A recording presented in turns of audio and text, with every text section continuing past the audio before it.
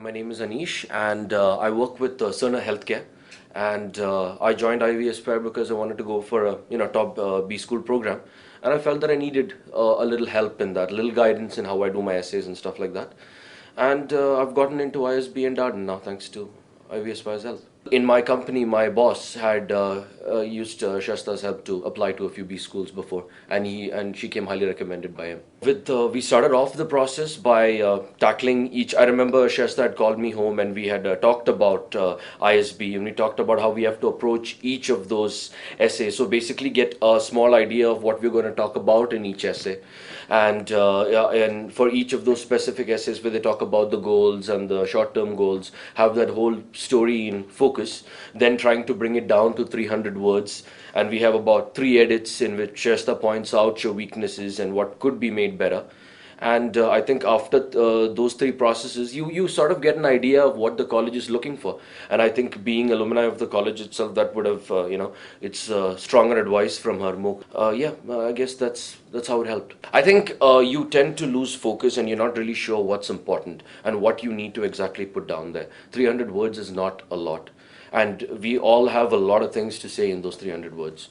So exactly getting to what we need is very critical, and I could not have really done that without really focusing on the right bits. Well, going through my profile and then suggesting a few colleges, that was the initial phase, and then we went ahead and tackled Darden, and really trying to understand what Darden is looking for, and then trying to, you have to sell yourself to the college. So once again, focusing on those parts in your, again, it's 500 words for Darden. That's not a lot. So really selling yourself in those 500 words, talking about what's the strong point, and presenting that in a manner that they want. That's where she guided me. And multiple edits and things like that is absolutely necessary. My first draft was very rough. It keeps getting better. I had a long discussion with Shasta where she presented about 100 questions, maybe, nearly what I could expect from them and how I should possibly be answering those questions. And very specific to my profile. She remembered what I was doing and she told me, okay, maybe in your case, this is how you should be answering this question. So a ballpark of what I can expect. And pretty much all the questions that I got from them, I really didn't get anything out of what she had mentioned. The ISB interview is specifically important, and it's also a stress interview at times. It's not as casual as some of the American MBAs. They really do try to corner you at certain points. So again, I think her coming from ISB, she was very well aware of what to expect from there. So even the day before the interview, I remember I had a chat with Shasta, and we talked about what to expect. And once again, nothing that, she gave me a general ballpark of what questions to prepare for. And they really don't go outside that figure. There is a certain focus that they have, certain questions that they want to hear, answers that they want to hear from you. So that did help. Definitely, I think I put in a lot of hard work for my GMAT, and any help that you can possibly take, if there is someone in a position to guide you, someone who's been there, that's definitely going to add value. Definitely, especially in verbal. Math is something I believe that most people here, Indian students, can do. But verbal is something that can end up being tricky, and I do have friends who've tried to do it on their own and have struggled. So I believe you can come here and check how the classes are.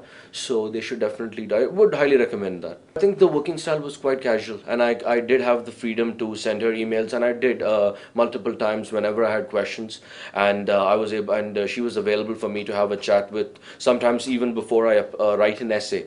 Maybe we would have had a discussion the weekend before, but when I'm actually tackling the essay, maybe new questions may pop up, so I did have the liberty to just call her up and rediscuss what we're trying to do, rediscuss the whole approach.